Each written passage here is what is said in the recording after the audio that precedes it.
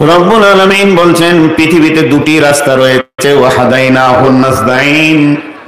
একটা বেঈমানদের রাস্তা, তাগুত শক্তির রাস্তা রয়েছে, যেখানে বেঈমান কাফির মুশরিক যারা হলো শয়তানের গ্রুপের মাল, তাদের একটা গ্রুপ রয়েছে।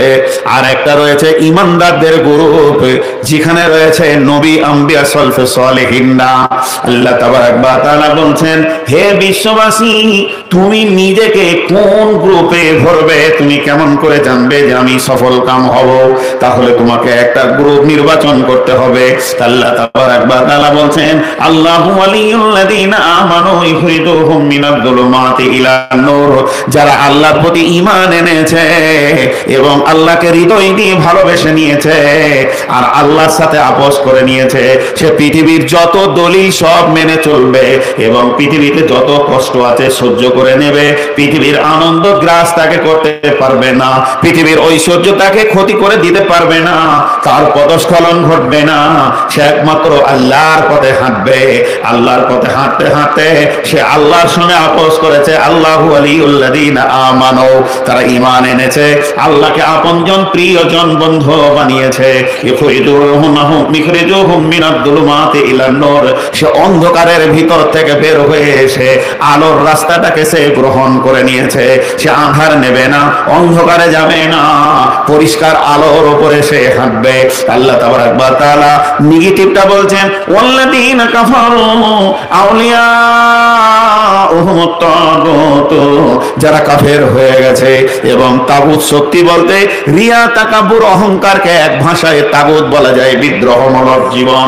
এটাকে যারা ভালোবেসে নিয়েছে, আল্লাহ মানবে না, রসুল মানবে না, তাদের কাছে রসুলের মূল্য থাকবে না, আল্লাহর মূল্য থাকবে না, কোরআনের মূল্য থাকবে না, দ্বীনের আলোর মূল্য থাকবে না।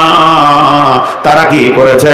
ইখরিজুনাহুম মিনান নূরি ইলা যুলুমাত। তারা আলোগুলো কি ছেড়ে দিয়ে আঁধারের ভিতর দিয়ে চলে গেছে, তারা অন্ধকারকে কবুল করে নিয়েছে। আল্লাহ তাবারাক ওয়া তাআলা বলছেন, উলাইকা আসহাবুন নারি হুম ফিহা খালিদুন।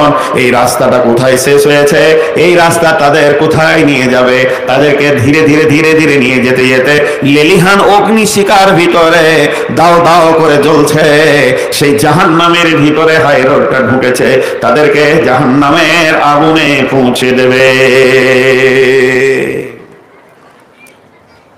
জি, রাস্তা দুটি। জিনেদের মধ্যে আল্লাহর বান্দা আছে, নামাজ পড়ে, রোজা রাখে, কোরআনের হাফিজ আছে। জি, বাংলাদেশে এক জিন, উনি কোরআনের হাফিজ, আবার জিনেদের বাদশাহ। ওদের সাথে আমাদের বর্ডারে মিল নাই। আমাদের বাংলাদেশ ভারত আলাদা, ওদের সীমারেখা আলাদা আছে। আরেকজন ইব্রাহিম জিনের নাম, সেও বাদশাহ, কোরআনের হাফিজ, ইব্রাহিম নাম। তো আছে ভালো, কিন্তু খারাপ আছে। জিনেদের মধ্যে একটা গ্রুপ মার্ডার করার কাজে থাকে, একটা গ্রুপ থাকে মাদ্রাসায় পড়তে দেবে না, একটা গ্রুপ থাকে নামাজে ভুল ধরাবে, এইভাবে ভাগ আছে। আর একটা গ্রুপ আছে, ওরা থাকে মূর্তির কাছে, যেখানে মূর্তি পূজা হয়, গাছের পূজা হয়, মাজারের পূজা হয়, দেব দেবীর পূজা হয়, ওখানে একটা জিনের গ্রুপ থাকে। সেই গ্রুপের কাজ, যখন মেয়েটি কাঁদবে, মাথা নাম করে, হে আমার দেবদেবী, তুমি আমার রোগ ভালো করে দাও, তখন সে জড়িবটি দিয়ে তার রোগকে ভালো করবে। এ ভাববে আমাকে আমার দেবী ভালো করে দিয়েছে, হে মা দুর্গা, আমার ঘরে অমুক জিনিসটা এনে দাও। এই জিনেদের একটা ডিউটি ওই জায়গায় শয়তান রেখেছে। শুধু তাই নয়, যতগুলি পৃথিবীর বুকে পীরের মাজার আছে, দরগা আছে, এগুলোতে জিনের ডিউটি আছে। তবে শুনে নেন, এই জায়গায় যে জিনগুলি থাকে, এই জায়গায় যে জিনগুলি থাকে, তাদের শরীরে বস্ত্র থাকে না।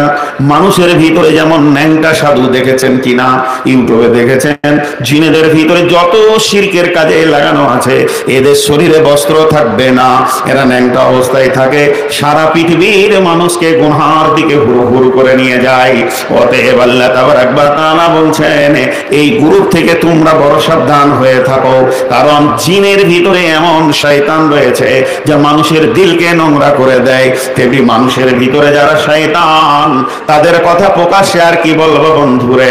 এক নম্বর হলো যারা পীর বাবা, দাদা বাবা, খাজা বাবা, সাধু বাবা, ল্যাংটা সাধু, ভ্যাংটা সাধু যত রয়েছে, এরা হলো শয়তানের সঙ্গে আপোষ করেছে। এদের একটা গ্রুপ রয়েছে, এই গ্রুপের ভিতরে আর একটা গ্রুপকে ভরে নিতে পারেন যারা বড় বড় মাস্তান দুনিয়াতে রয়েছে, নেতার গদিতে বসে রয়েছে, যুবকদেরকে নিয়ে আগে গিয়ে তাদের হাতে বোতল ধরিয়ে দিচ্ছে, অপর নারীকে তার গাড়ির পেছনে চাপিয়ে দিয়ে তাকে আশোকতা করে দিচ্ছে। এরাও হয়তো শয়তানের গ্রুপে পড়বে, মানুষের চরিত্রগুলোকে আগেই শেষ করে দিচ্ছে। তো আল্লাহ তাবারাক ওয়া তাআলা বলছেন মিনাল জিন্নাতি ওয়ান নাস, জিন থেকেও সাবধান এবং মানুষ থেকেও তুমি সাবধান হয়ে যাও, যেহেতু এরা তোমাকে এমন ভাবে তোমার ব্রেনটাকে শেষ করে দেবে, ধীরে ধীরে ধীরে ধীরে তোমাকে জাহান্নামে নিয়ে চলে যাবে। অতএব অতি হুঁশিয়ার। রাস্তা হলো দুটি, একটা হলো আল্লাহর দেওয়া রাস্তা, আর একটা হলো শয়তান সারা জীবন চেষ্টা করেছে একটা রাস্তা।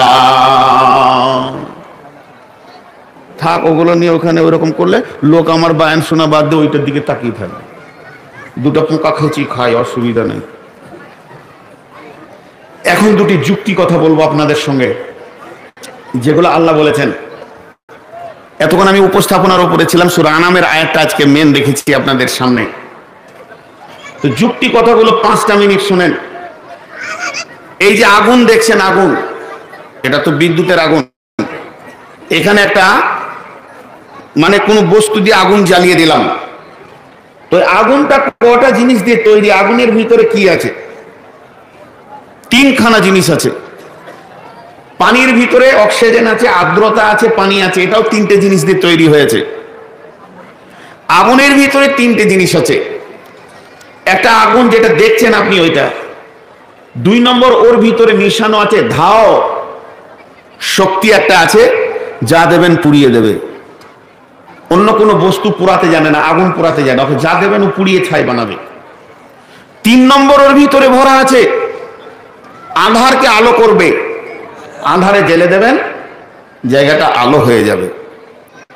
এখন যদি 3টেকে আলাদা করা যায়, 3টেকে যদি আলাদা করা যায়, আপনারা বলছেন এটা পানি, আমি বলছি না এটা শরবত। খালি চোখে দেখতে পেয়েছেন না, কিন্তু আরো 2টো জিনিসের সঙ্গে দেওয়া আছে। একটা আছে চিনি, চিনিকে গলিয়ে তরল করে মিশানো আছে। আর একটা আছে আপনার এর ভিতরে লেবুর রস। এখন লেবুর রসটা যদি আলাদা করে বের করা যায়, তাহলে আপনি যখন খাবেন তখন টক ভাবটা পাবেন না, পাবেন মিষ্টি আর পানি। যদি চিনিটাকে বের করে দেওয়া যায়, তাহলে পানিটাকে টক টক লাগবে কিন্তু ফিকা লাগবে। আর চিনি আর লেবুর রস দুটা যদি রাখা যায় আর পানি না থাকে, তো ওটা শরবতই হলো না। তেমনি আগুন 3টে জিনিস মিলিয়ে আগুন, একটা বের করে দিলে ওটা আগুন লয়। কিন্তু আল্লাহ তাবারক ওয়া তাআলা নিজে মিসাল দিয়েছেন এবং একবার একটা বের করেছেন, মিসাল দিয়েছেন, উদাহরণ দিয়েছেন আল্লাহ। এটা আমার ব্রেনের উদাহরণ নয়। কেমন?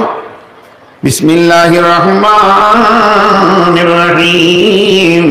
মাসালুহুম কামাসালিল্লাযী ইসতাওকাদা নারান ফালাম্মা আযাআত মা হাওলাহু যাহাবাল্লাহু বিনূরিহিম ওয়া তারাকাহুম ফী দুলুমাতিল লা ইউবসিরুন। আরেক জায়গায় আল্লাহ বলেছেন আগুনের ব্যাপারে, ইয়া নারু কুনি বারদাও ওয়া সালামান আলা ইব্রাহিম। এবার দুটোকে এক জায়গায় করলেন যে একটু আপনার আমার ব্রেনে পার্থক্য করে নি। হযরত ইব্রাহিম আলাইহিস সালামকে যখন আগুনে ফেলে দেয়া হলো, লকড়ি দাও দাও দাও দাও করে চলছে, ইব্রাহিমকে চরকিতে বেঁধে আগুনের মাঝে ফেলা হচ্ছে। এবার আগুন হচ্ছে কার গোলাম? আগুন হচ্ছে আল্লাহর গোলাম। আল্লাহ আসমান থেকে আগুনকে বলছে, ইয়া নারু কুনি, হে আমার আগুন, ওরে আমার আগুন রে, তোকে আমি বানিয়েছি, তুই আমাকে রব বলে মেনে নিয়েছিস, আর আমি তোর প্রভু, এটাতে কোনো অসুবিধা নাই। তবে শুনেলে, আমি তোর রব হুকুম করছি এখন, সালামান আলা ইব্রাহিম, এসি হয়ে যা, এয়ার কন্ডিশন হয়ে যা, না গরম না ঠান্ডা হয়ে যা। তার জন্য আলা ইব্রাহিম, তুই ইব্রাহিমের উপরে হয়ে যা। এখানে আলা ইব্রাহিম বলে যদি সারা দুনিয়ার জন্য বলতো, তাহলে তো লোকরি আর পড়তো না। আল্লাহ একজনকে মেনশন করে দিলেন, দিয়ে বলছেন আগুন রে, তুই ইব্রাহিমের ওপরে ঠান্ডা হয়ে যা, শান্তি হয়ে যা। আমার ইব্রাহিম তোর ভিতরে থাকবে। ইব্রাহিম আমার গোলাম, সে আমার সঙ্গে আপোস করেছে, সে আমার পথে চলেছে। আর বেঈমানেরা তাকে তোর ভিতরে ভরেছে দাও দাও করে জ্বালাবার জন্য। কিন্তু বেঈমানদের এটা বোধগম্য হয় না, তাদের বিবেক বোঝে না যে আগুন আমার গোলাম, আমি হুকুম করছি আমার ইব্রাহিম যেন কষ্ট না পায়। লকড়িগুলো সব পুড়ে গেল, ছাই হয়ে গেল, দাও দাও করে আগুন জ্বললো। সব কিছু শেষ হলো, ইব্রাহিমের পোষণ কাপড় কিছুই পুরলো না। তার মানে হচ্ছে ইব্রাহিমের জন্য জ্বালানি শক্তিটা আল্লাহ কেড়ে নিয়েছিলেন, জ্বললো না। এরপরে শয়তানদের ব্যাপারে কি বলছে দেখেন। কিন্তু তার আগে একটা ছোট্ট কথা আপনাদেরকে বলবো। আল্লাহ কি করেছেন? আল্লাহ রাস্তা দিয়েছেন আমাদেরকে। কিসের রাস্তা? হেদায়েতের রাস্তা। কি রাস্তা? নুরানি রাস্তা। কি রাস্তা? আলোর রাস্তা।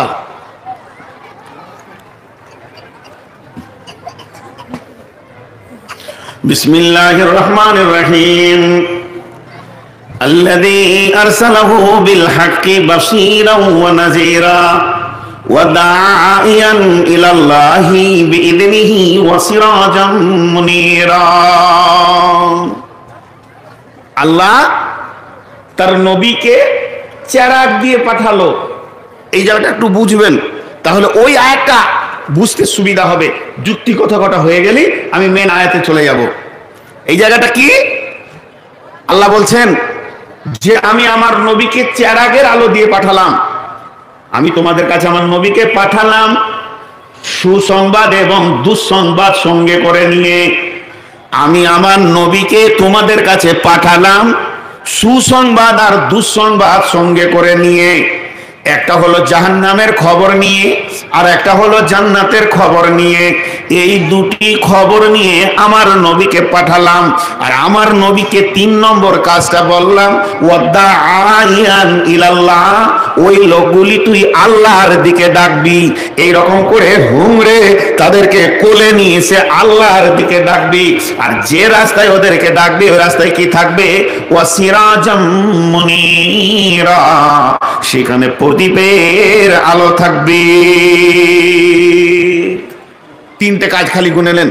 নবীজি ভয় দেখালেন জাহান্নামে পড়ে যাবে গো, তোমরা জ্বলে যাবে, খারাপ কাজ করো না, ভালো কাজ করো গো, জান্নাতে যাবে, সুখে থাকবে। তাহলে একদিকে হলো সুসংবাদ, একদিকে হলো দুঃসংবাদ। আর 3 নম্বর কাজটা হচ্ছে একটা আলোর দিকে ডাকছে। সেই আলোটা কিসের? না চেরাগের।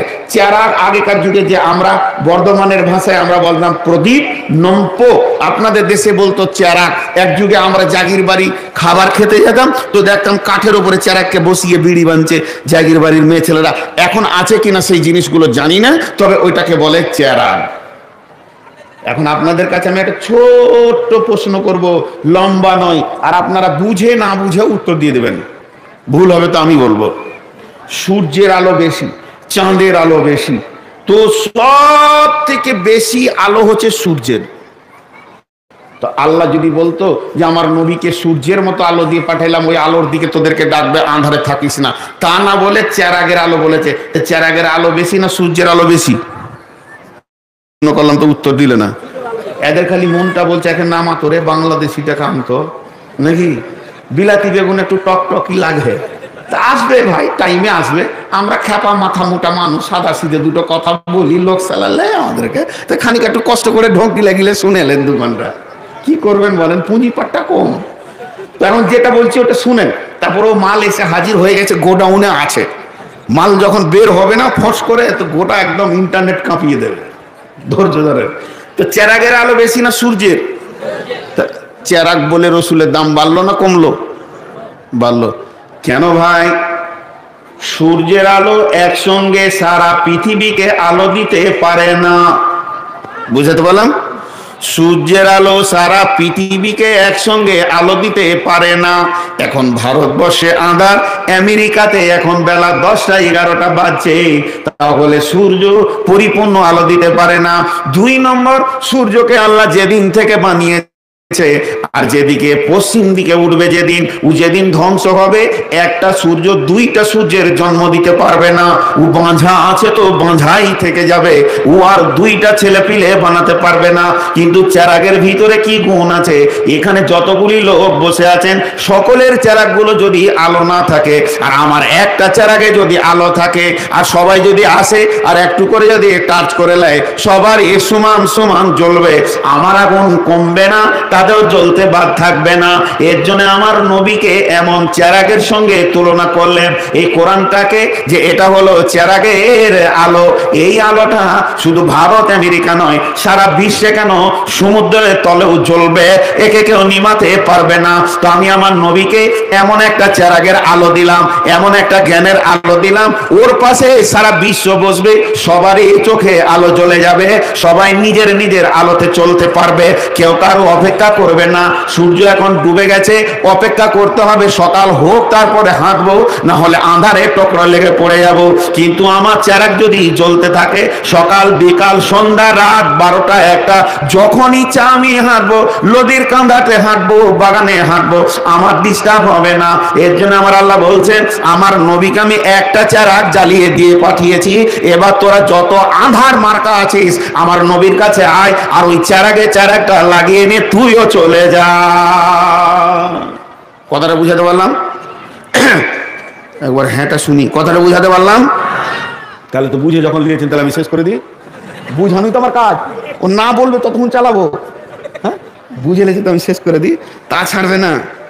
আমি খেপা মানুষ, আমাকে কষ্ট বেশি দেয়।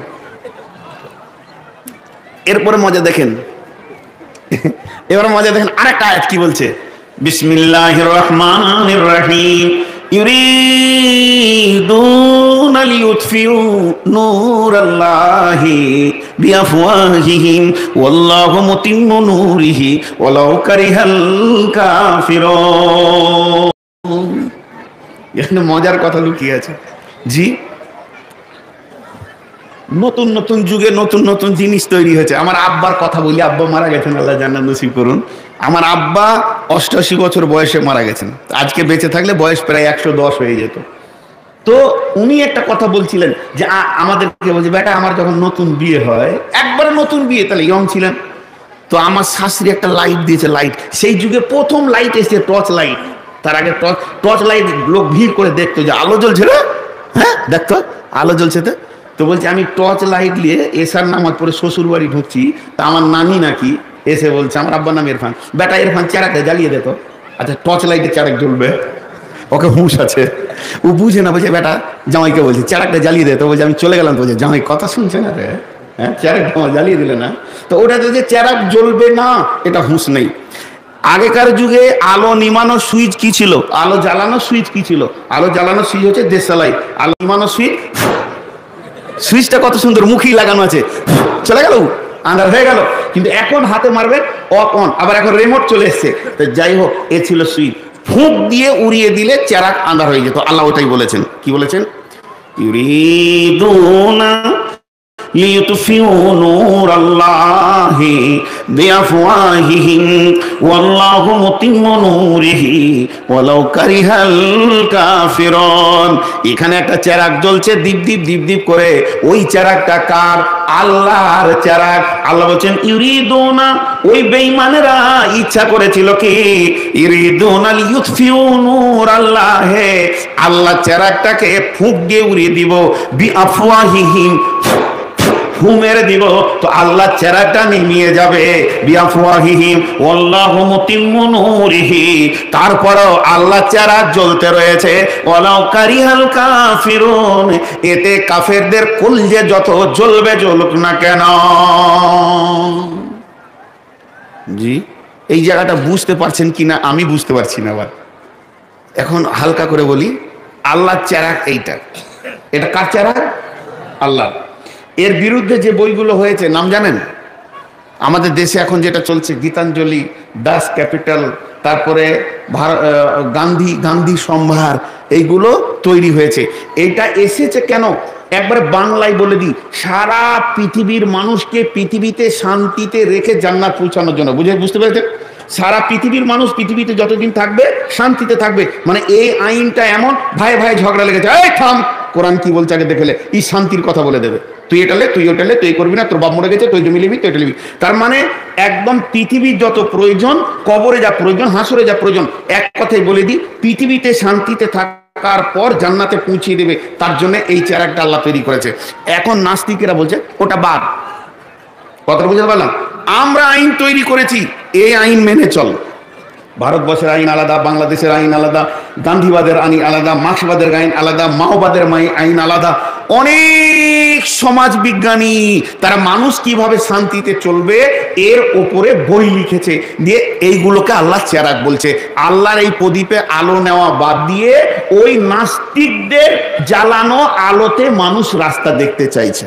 কথাটা বুঝাতে পারলাম? এবার বুঝতে পারেননি বলে আপনারা হ্যাঁ বললেন না। আমি আরেকবার বলছি, এটা আল্লাহর প্রদীপ, আর এই আমার বাম হাতে এটা নাস্তিকদের প্রদীপ। আল্লাহর বিরুদ্ধে যারা দুনিয়াতে চলে, আল্লাহ নাই, কবর নাই, হাসর নাই, যেমন তাই করে যারা দুনিয়াতে চলে, তারাও মানুষ কিভাবে চলবে আইন তৈরি করেছে। পঞ্চায়েতের আইন আলাদা, ব্লকের আইন আলাদা, আমাদের রাষ্ট্রীয় আইন আলাদা, আমাদের দেশের সংবিধান আছে, এরাও আইন তৈরি করেছে। এগুলো কে তৈরি করেছে?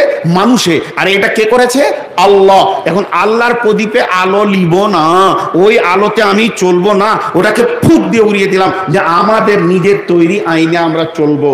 তো এটা একটা আলাদা প্রদীপ। এবার বলেন, এই প্রদীপের আলো মানুষের তৈরি প্রদীপের আলো, এইটাকে বাদ দিয়ে এইটাতে চলার নাম হচ্ছে ওটাকে ছেড়ে দেওয়া। আল্লাহ ওইটাই বলতে চাইছেন। এবার বুঝেছেন? আল্লাহ এবার এই মানুষ আল্লাহদেরকে কি বলছে?